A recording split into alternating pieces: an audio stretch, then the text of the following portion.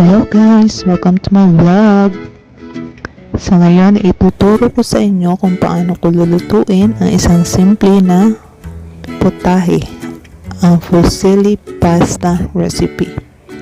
All we need are 3 mushrooms, 1 small size onion, sausage, minced beef, fusilli pasta, and pasta sauce. So ayan guys, our ingredients are already washed and clean. This time, I need to chop our onion. Siya nga pala guys, dalawang sauce yung gamit ko kasi yung isang sauce medyo maanghang siya. Kaya kailangan naming haluan ng hindi maanghang na sauce kasi may bata nakakain. Ayaw niya ng maanghang.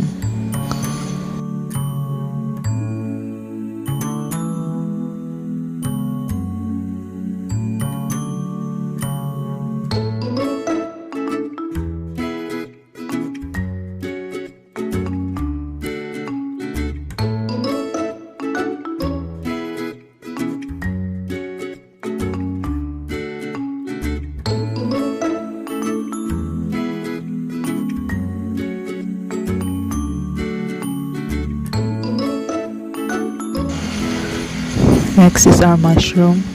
I-slice lang natin siya ng medyo manipis guys.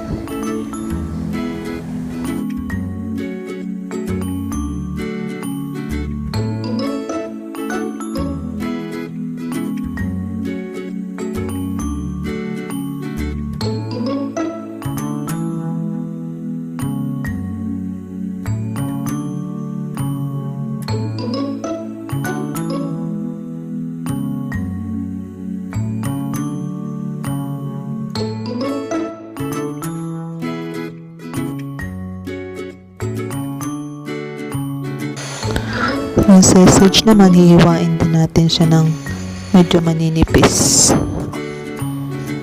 Pwede kayong gumamit kung anong klase ng sausage meron kayo.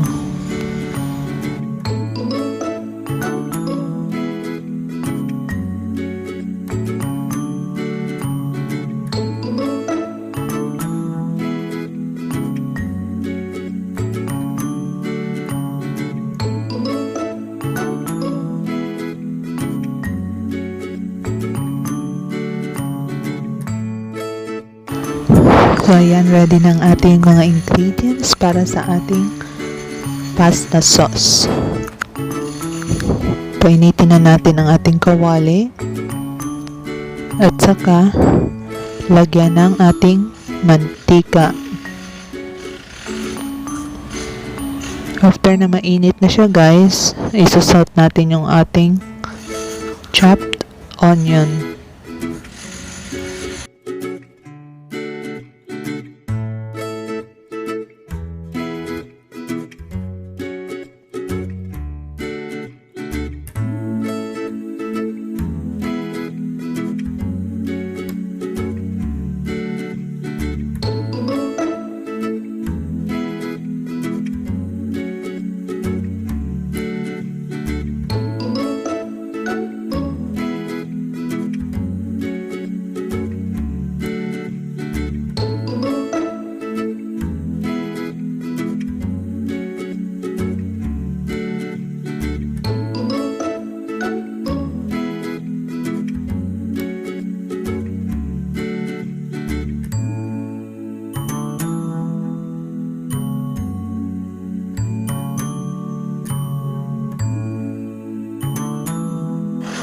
Ang next natin ilalagay ay ang ating minced beef.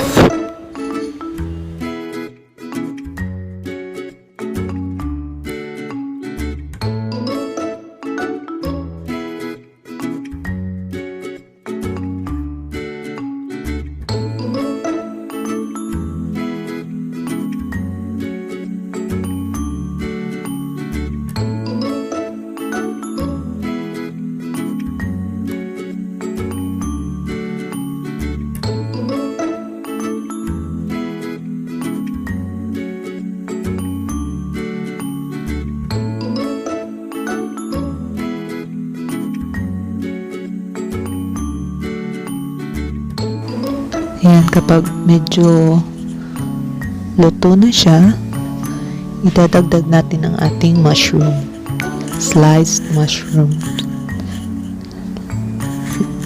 Haluin lang natin ng maigi guys, lutuin.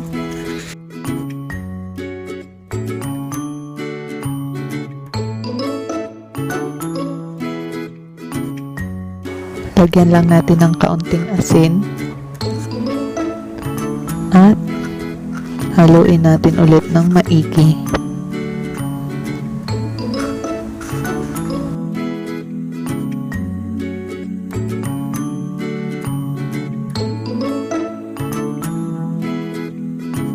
Tatakpan lang natin siya ng mga 3 to 4 minutes.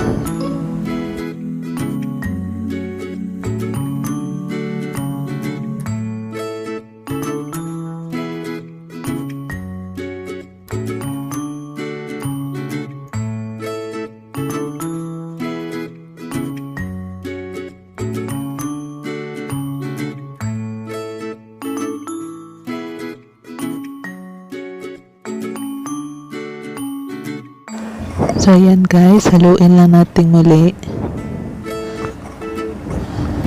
After natin haluin, ilalagay na natin ang ating pasta sauce.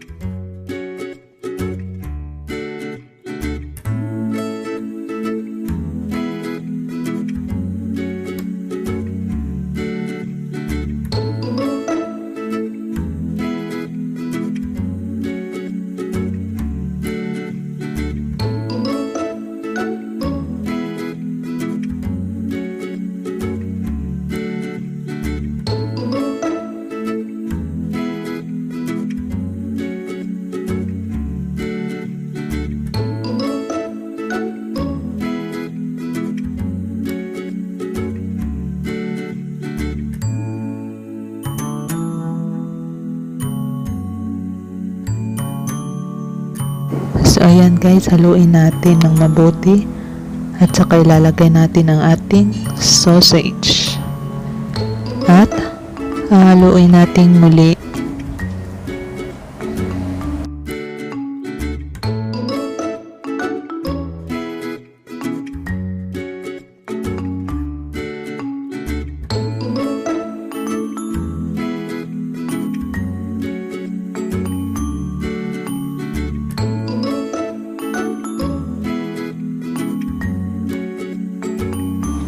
So ayan, takpan lang natin siya guys gamit yung pinakamahinang apoy ng stove nyo hanggang sa maluto yung sausage. Dito sa ating kumukulong tubig, lutuin natin ang ating fusilli. Lalagyan lang natin siya ng konting oil at saka asin.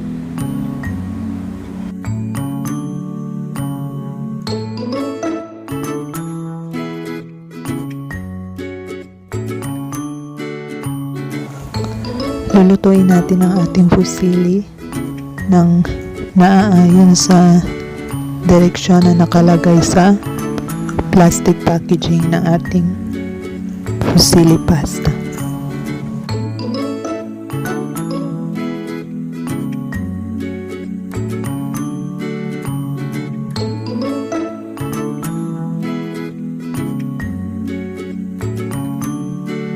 So ayan guys, luto na ang ating pasta.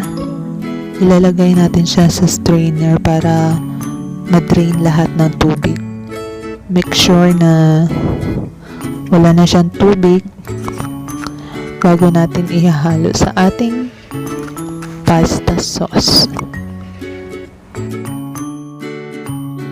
Ilalagay na natin ang ating pasta at halu-haluin natin ng maigi hanggang yung sauce natin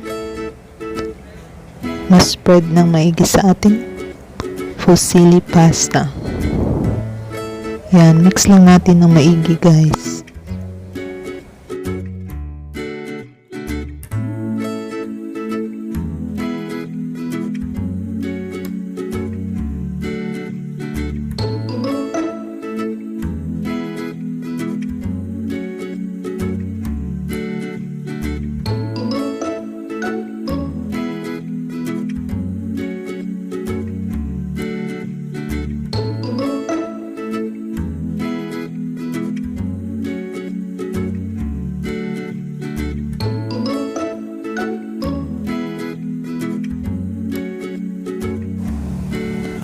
Nahalo na natin yung pasta natin sa ating sauce. At pwede na natin siyang i-serve. Mas masarap kapag mainit. Heto na ang aking masarap at madaling lutuin na fusilli pasta recipe.